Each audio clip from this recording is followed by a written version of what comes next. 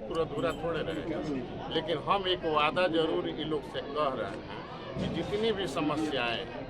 24 घंटा में तो खत्म होती नहीं है, लेकिन हमारे काल में अगर रघुनाथपुर का विकास अधूरा नहीं रहेगा,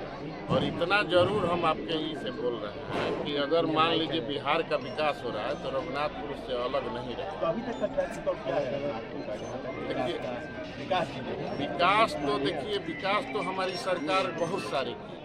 रोड, सड़क, बिजली, पानी, अभी आप आए होंगे, लेकिन चूंकि यहाँ से 10 साल से हमारे विधायक हुए, तो सरकार से लेने की ताकत जिस विधायक में नहीं हो अपना हक हिसाब लेने का, तो उसको रघुनाथपुर का प्रतिनिधित्व करने का कोई अधिकार नहीं। और हम ये लोग के सामने, आज आपके भी सामने, आज रिकॉर्ड कर लीजिए कि विकास की पटरी दौड़ रही है बिहार में,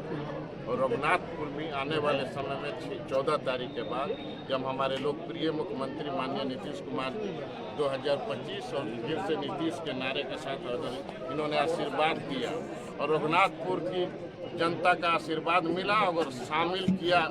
सरकार हमारी बनती है। और देखिए 2 धारा, विपरीत धारा का चुनाव होगा, एक एनडीए गठबंधन, एक महागठबंधन, जिसको आप गठबंधन भी कह सकते हैं, ठगबंधन भी कह सकते हैं। आतंक राज लौट के आने वाला नहीं है,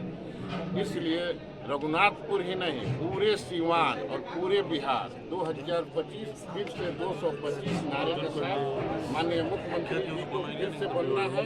और मेरे नेता जो कहते हैं करते हैं, और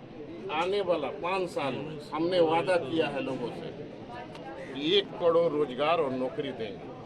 तो रघुनाथपुर से अलग थोड़े होगा। अभी विकास की पटरी सीवान से अलग नहीं हुई है। हमारे नेता ने अभी 3000 करोड़ का अभी 2 महीना पहले यहाँ पे घोषणा किया और काम शुरू भी करा दिया।